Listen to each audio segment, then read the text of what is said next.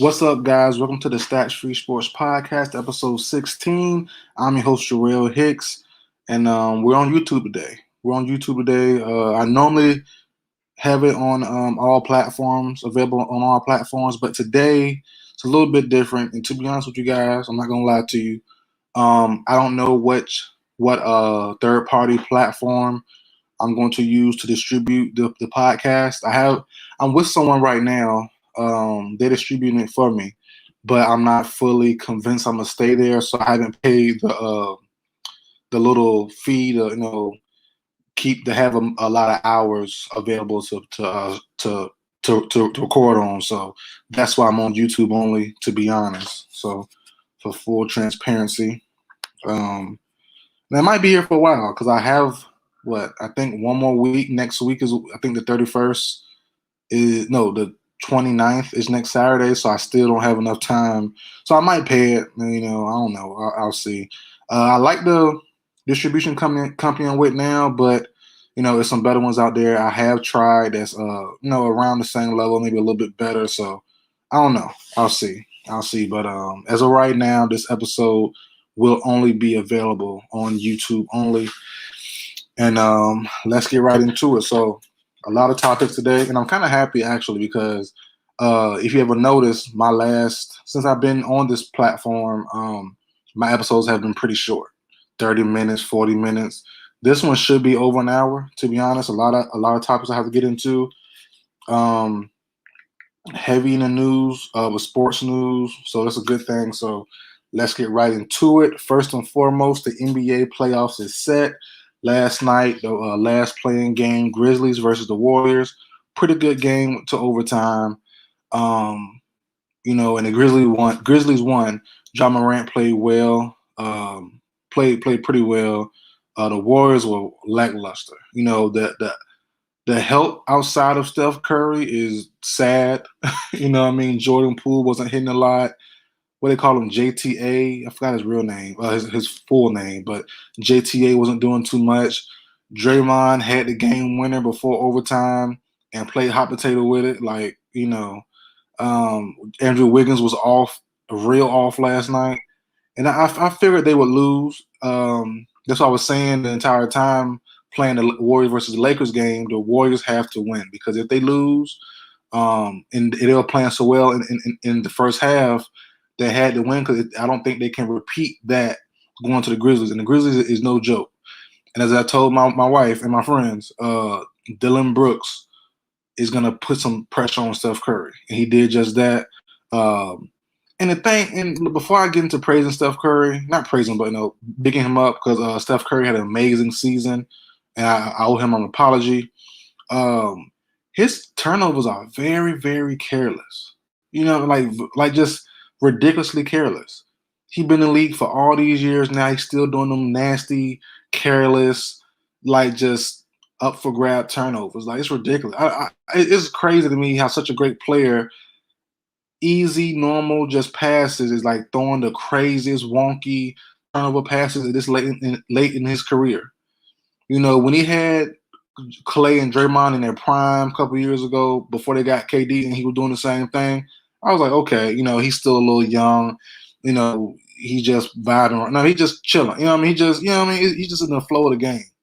And now you would think they're a little older, a little more mature, less help. You would put an emphasis on taking care of the ball.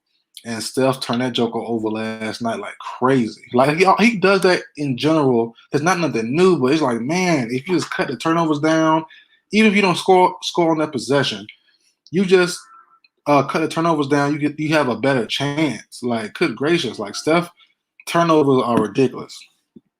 But on to bigging up Steph, and I got that out the way. Steph was amazing last night, amazing all year. The funny thing was, I made a video the day of when Steph Curry dropped 40 points the first time this season. It was like the third week, maybe second week of the season, because the first couple of the games, he wasn't doing too much. Kind of started off kind of slow, wasn't really going crazy. I'm like, oh, yeah, Steph might be done. Not done, but I don't think Steph will have a 40-point game this season. And that same night, he had a 40-point game. And ever since then, he's been snapping.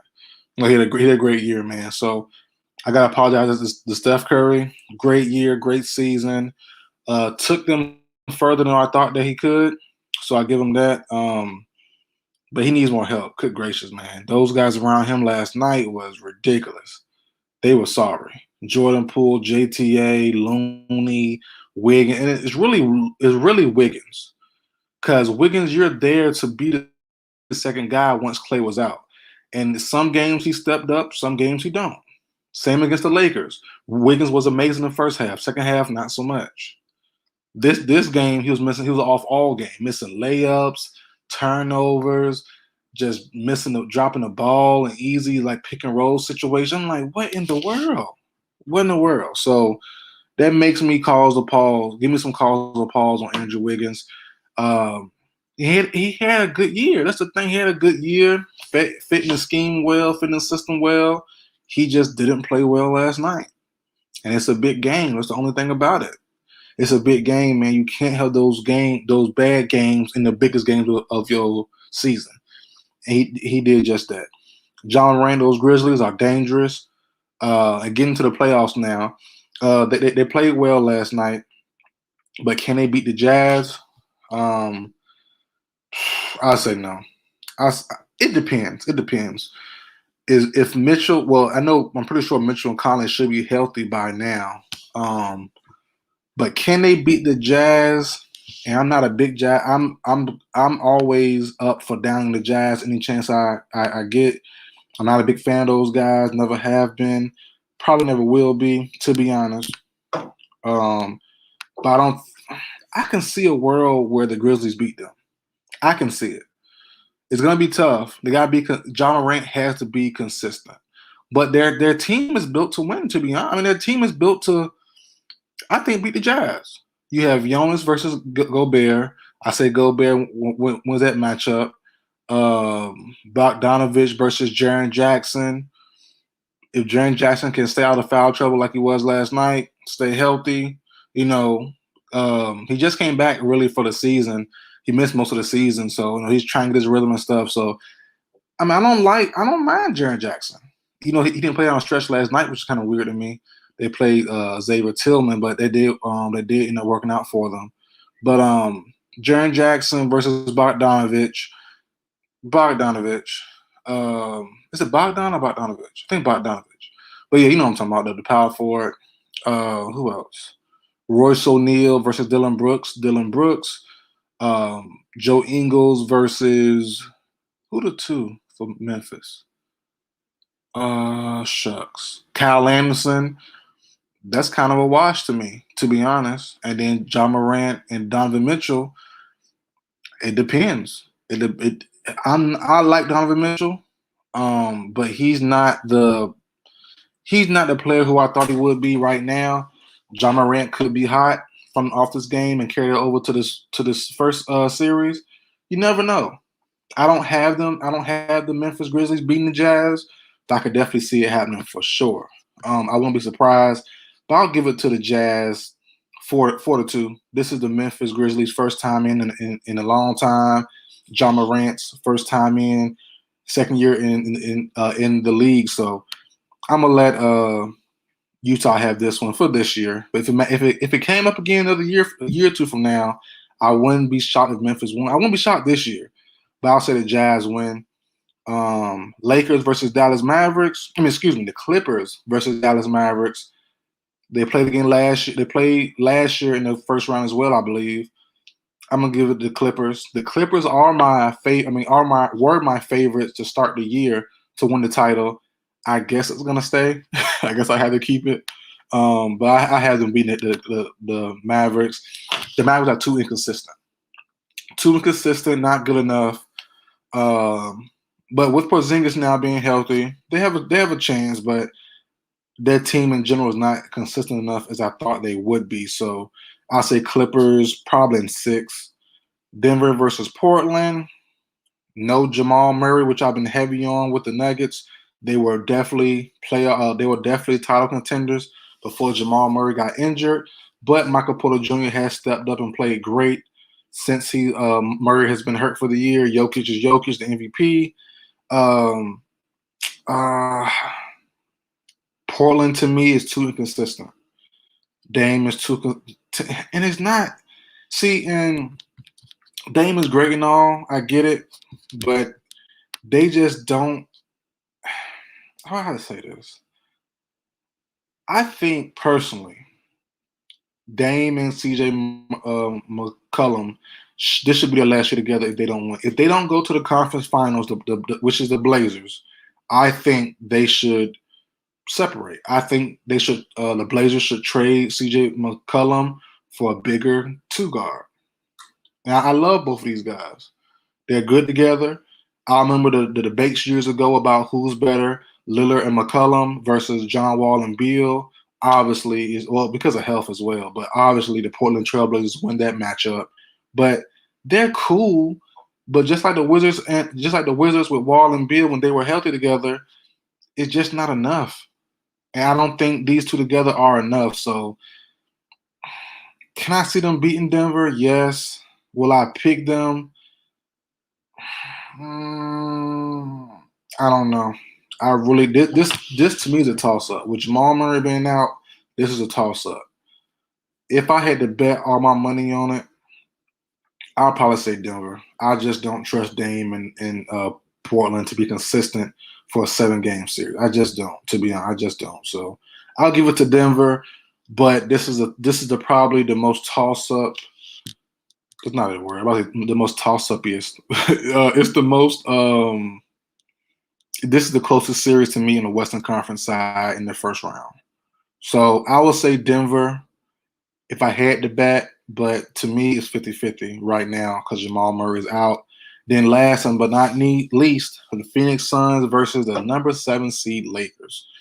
I think this is a 5-game series. Phoenix is going to get one.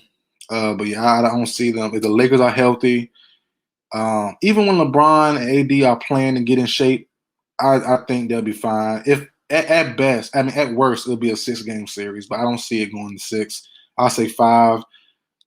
The Suns are a pretty good team. They're the 2 seed, but they're just too young, to me personally. And people keep saying who's going to be the third star for the Lakers. You do not need a third star. What didn't you find that out last year? KCP stepped up. Rondo stepped up. Dwight Howard stepped up. In certain moments, you need certain players to step up. You have Schroeder. You have Drummond. You have Harrell. You have Tucker. You have a lot of guys who can step up and play big and be that fill-in third star when need be. And that's always the usual thing, the usual suspect with LeBron James-led teams.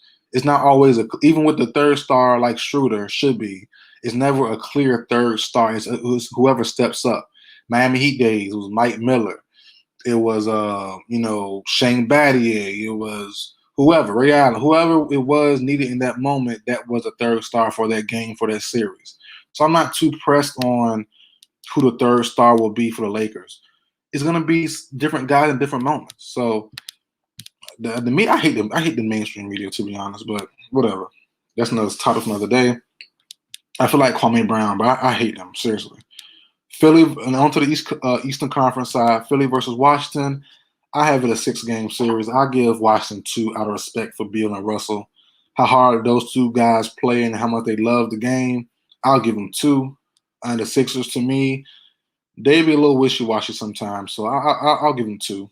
I'll say that the Sixers don't show up one game and then they just flat out get blown out the other game. So I give the Philly to win this series in 4-2. I don't see it being that good though, to be honest, but we'll see. Now this right here. I take it back. I don't know. The East has 2 close series, 2 neck and neck series to me. This next one, the Knicks versus the Atlanta, I'm about to say Falcons, Atlanta Hawks, that's a close one. That's a close one, guys. Shucks. I don't know. I don't know. I do trust Trae Young over Julius Randle. If you're going to go star for star, I do trust Trae Young more, to be honest. The Hawks bigs, I think, can put a little pressure on Randle. You have Capella, you have Big O, you have John Collins. I would say the Hawks are my favorites to me. Style of play, pace of play, better three-point shooting team. I would give it to the Hawks, but it's very close, very, very close. The one we're all waiting on, the Heat versus the Bucks. This should be a close series. And this series to me is predicated on, well, this whole bracket to me. Giannis has his work cut out for him. Giannis has to show and prove. Giannis has to go to the conference final. He has to. He has to, bro. Giannis has to get it done versus the Heat.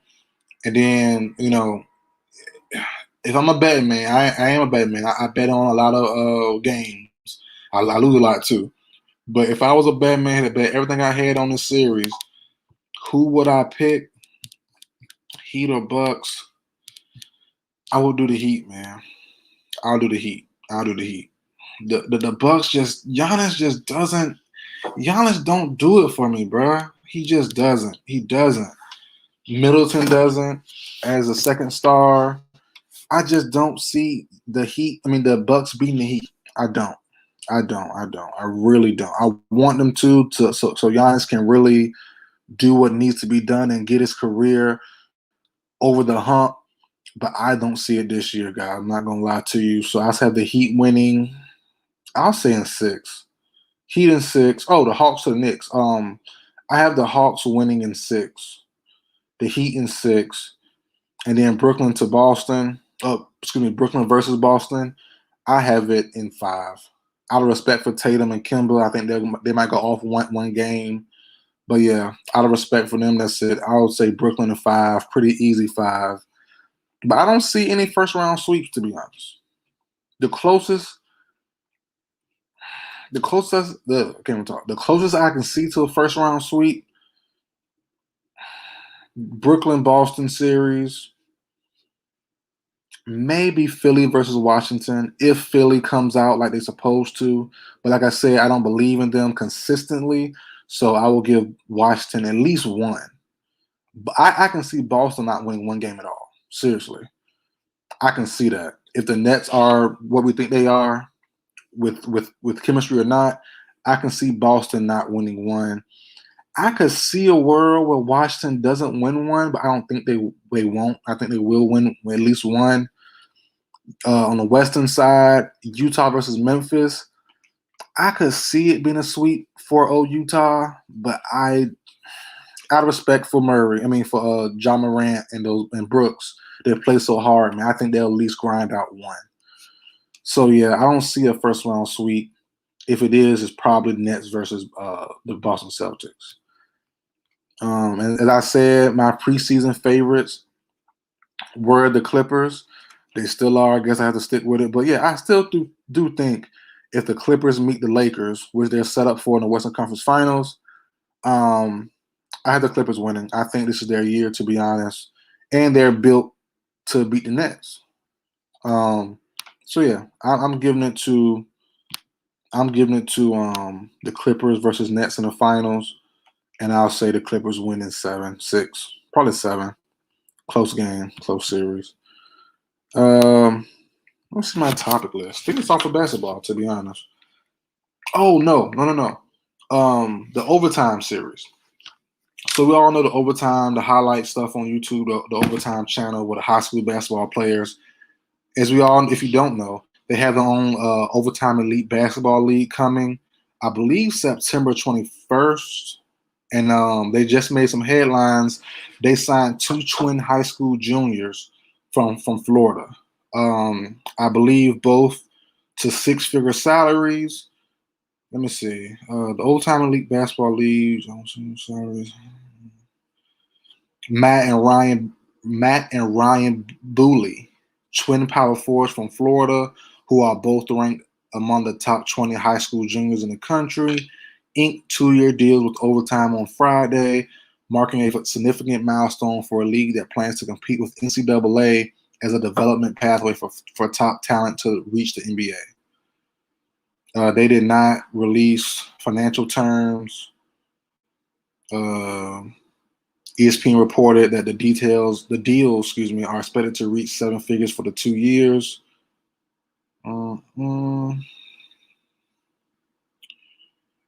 Okay. Players will get performance bonuses, salary, equity stake in the company, and full rights for players to market their name, images, and likeness. Fire. That's fire, bro. Kevin Ali, former NBA player, former UConn head coach, will be the program's head of development for overtime. They'll be playing European. They'll be playing European teams, stuff like that. I like it. I like it, man. I think they have to get one big name, and top 20 is not enough. I believe Matt and Matt and Ryan Bewley, they're both top 20, but they're like in the back top 20. Like one's 11, one is like 15. They need someone in that top 5 to really secure themselves and validate them. I think overtime needs a top 5 prospect, which they might get in a couple of years. You never know. But with the NBA G League being a thing as well, you're getting 500,000.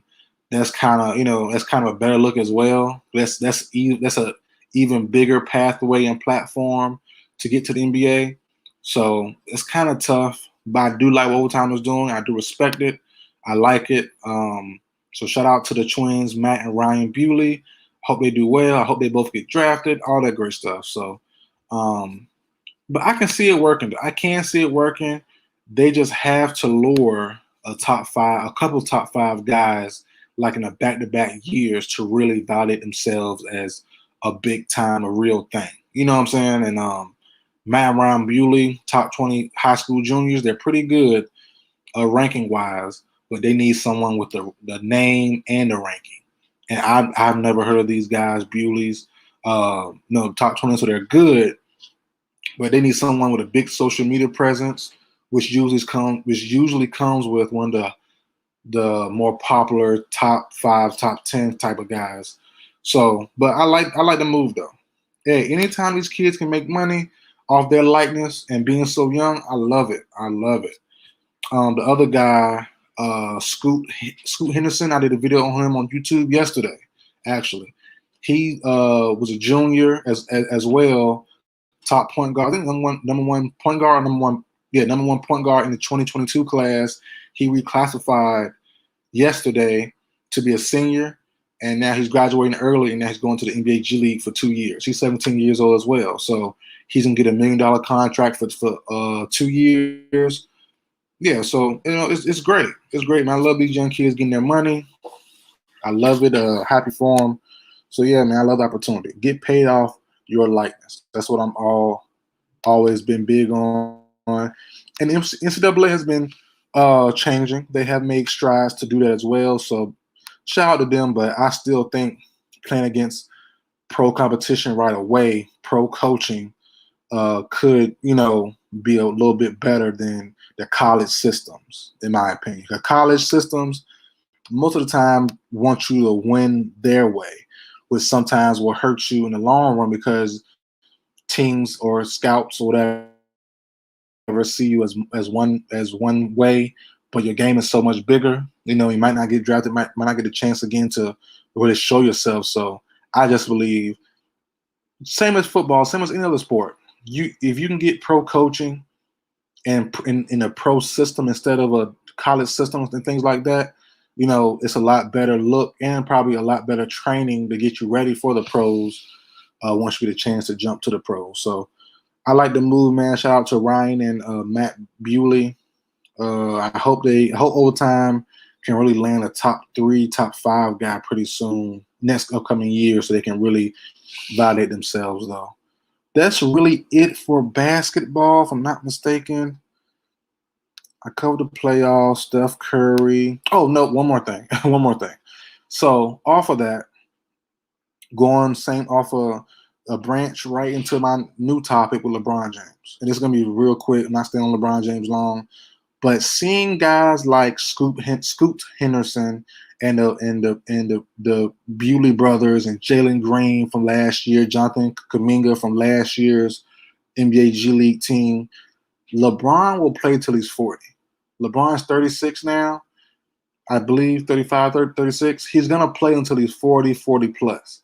Bro, look, with LeBron's size even when his speed leaves and athleticism leaves, once LeBron learns to play in the post better and more often, once he gets older and more slower and less athletic, he's going to be able to bully these kids around. Because if you think about it, these kids like Jalen Green, like the Bewley brothers, like Scoot Henderson, and these guys like Imani Bates, this younger generation is a lot smaller than the older guys were. Like LeBron came in the league thick. D Wade came in the league kind of. No, they weren't skinny. They won't big like they are now, but they weren't skinny as these guys were, and they're not so young. You know what I mean? Other than LeBron James, other guys weren't so young, so they already came in with kind of the grown man bodies. These guys here coming in 18, not lifting, not doing too much, they're going to be able to get pushed around a lot more.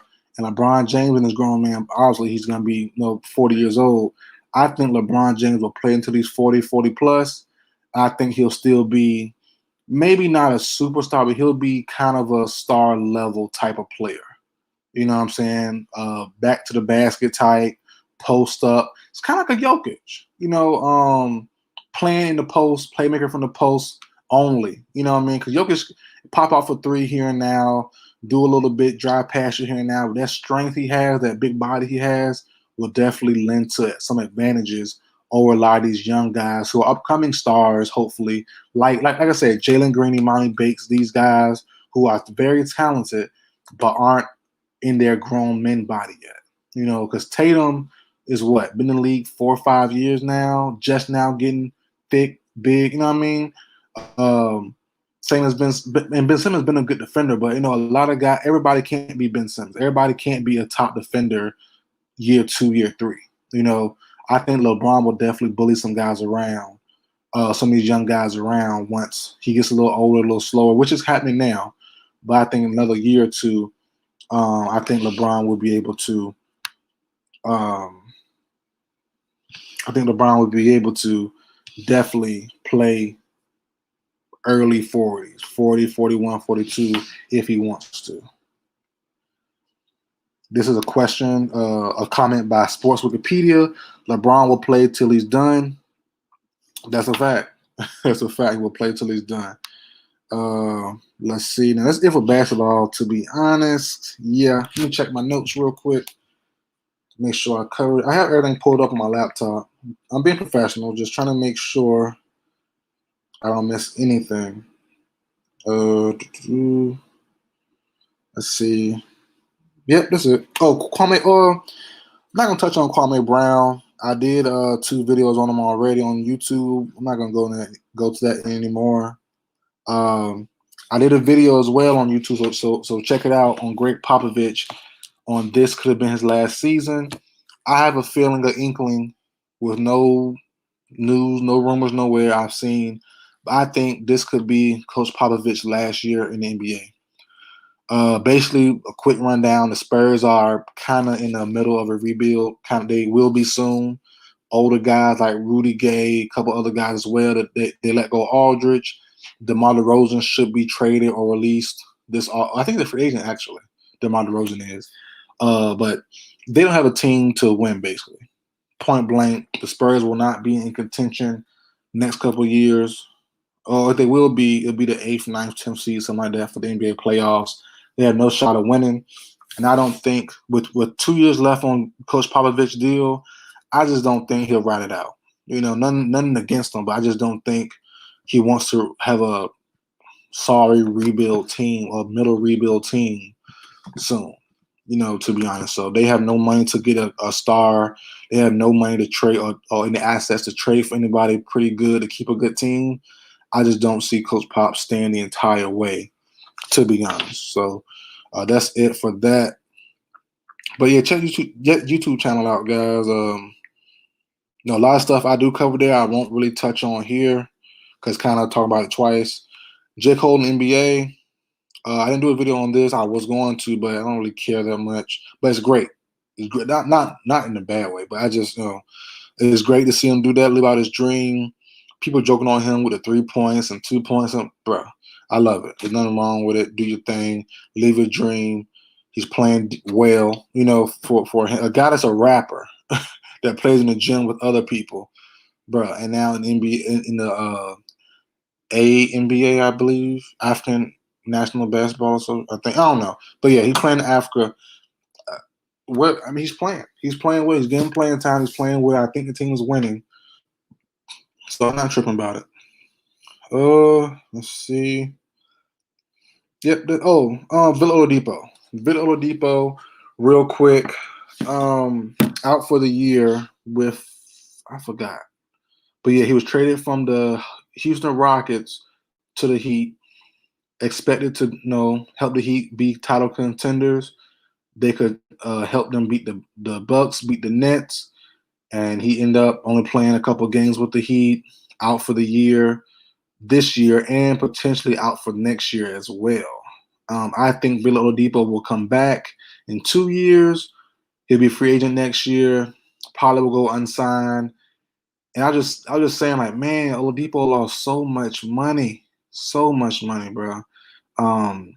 And he's a very good player, man. Very good player. The year with the Pacers when he was taking them against LeBron a while back, it was so fantastic. It was so good, bro.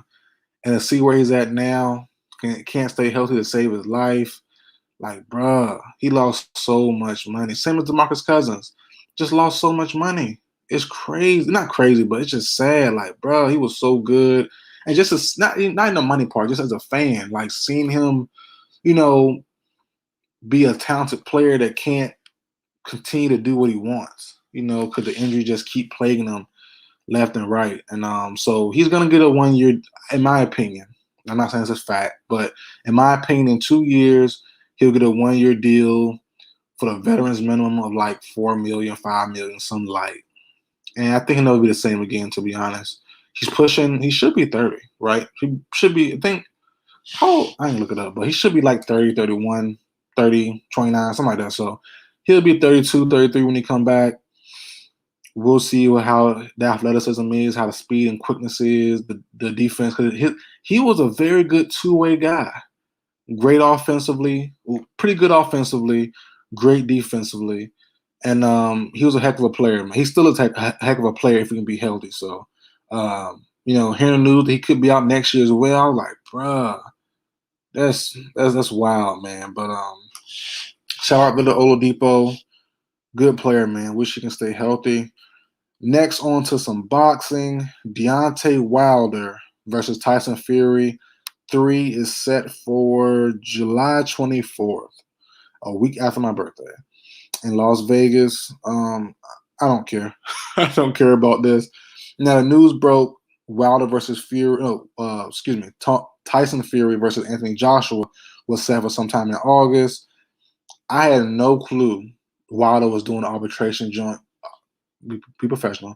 The arbitration process to fight Fury for a third time. I had no clue. I didn't see nothing about that. And to see that happen, he won. I was happy for him. He gets his title shot. It was a payout option of like 20 million that they could have gave Wilder, and he turned it down. I would have took that. Not gonna lie to you. I would have been good. I just don't think Wilder can beat him. I just don't see it. Wilder, to me, had a great run. He's 35 years old, had a great run.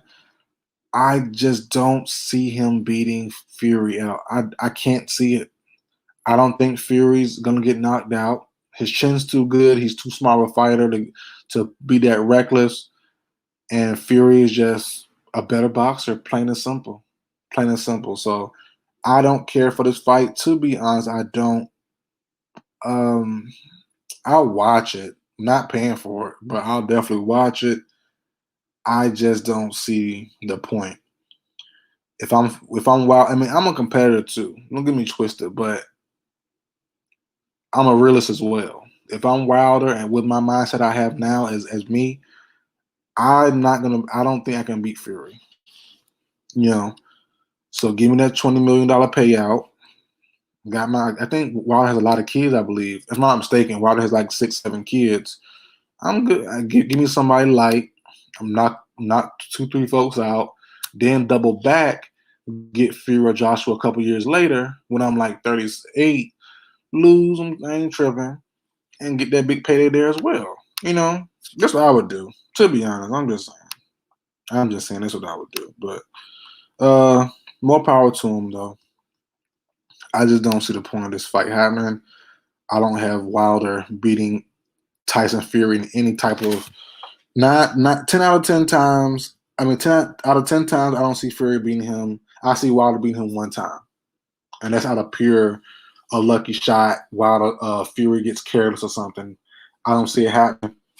On to other boxing news. Earl Spence, my favorite fighter right now, last couple of years, but my favorite fighter right now, Earl Spence Jr. versus Manny Pacquiao, set for August 21st.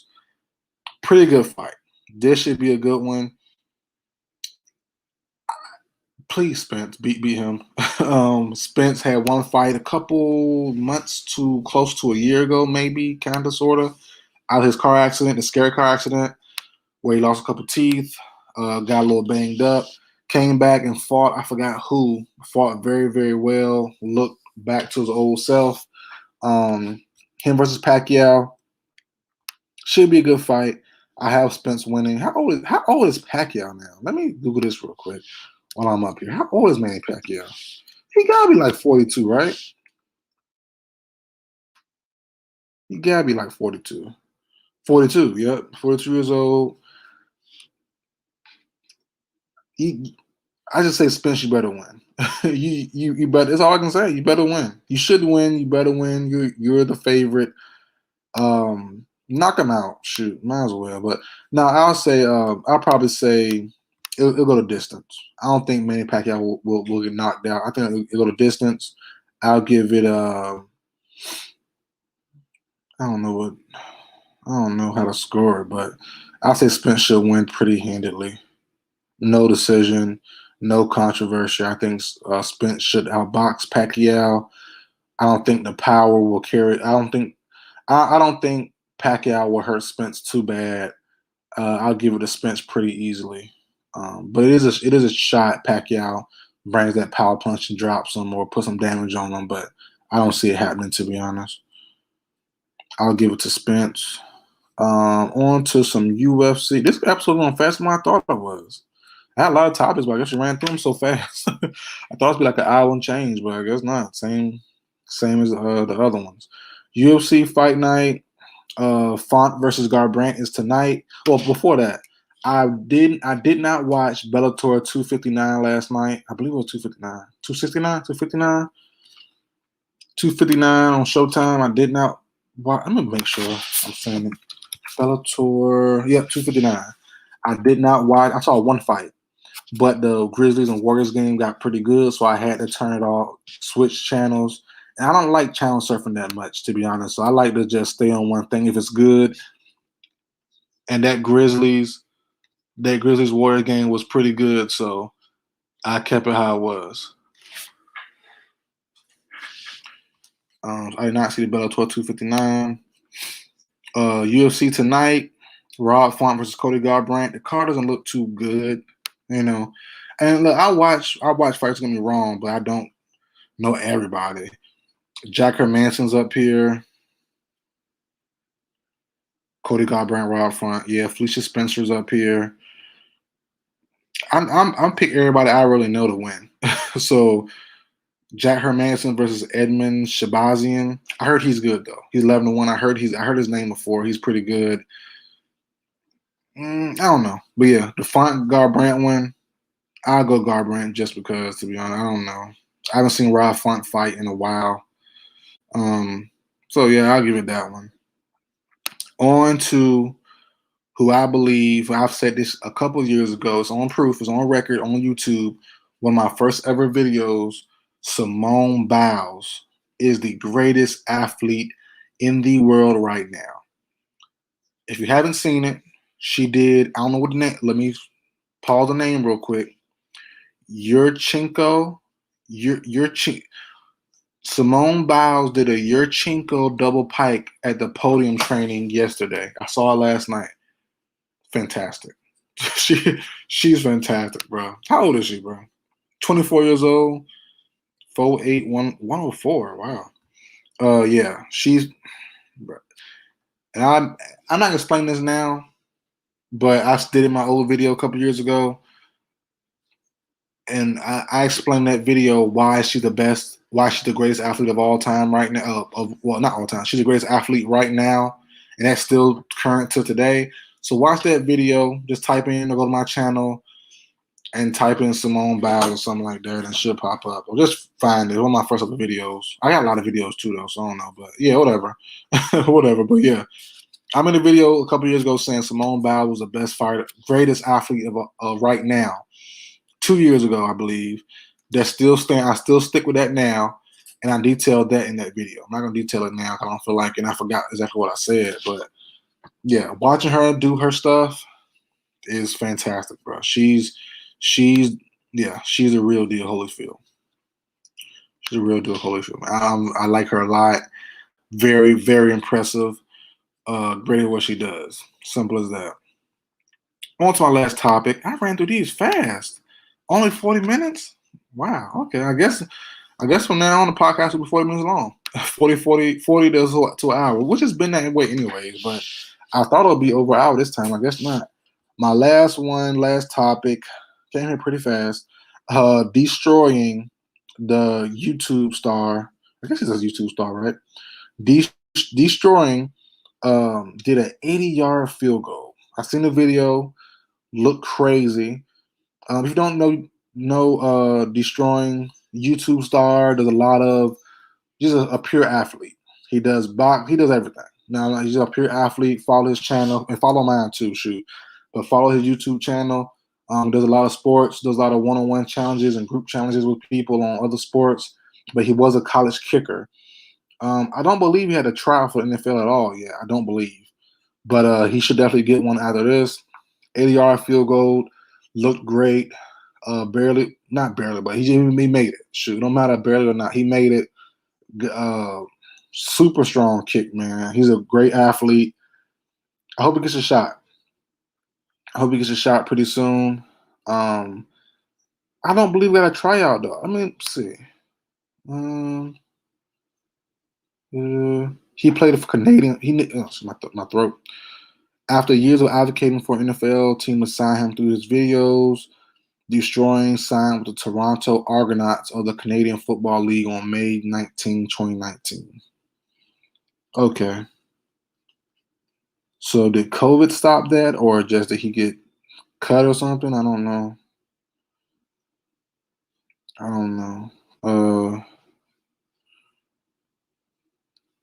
Trying to see his stats or something.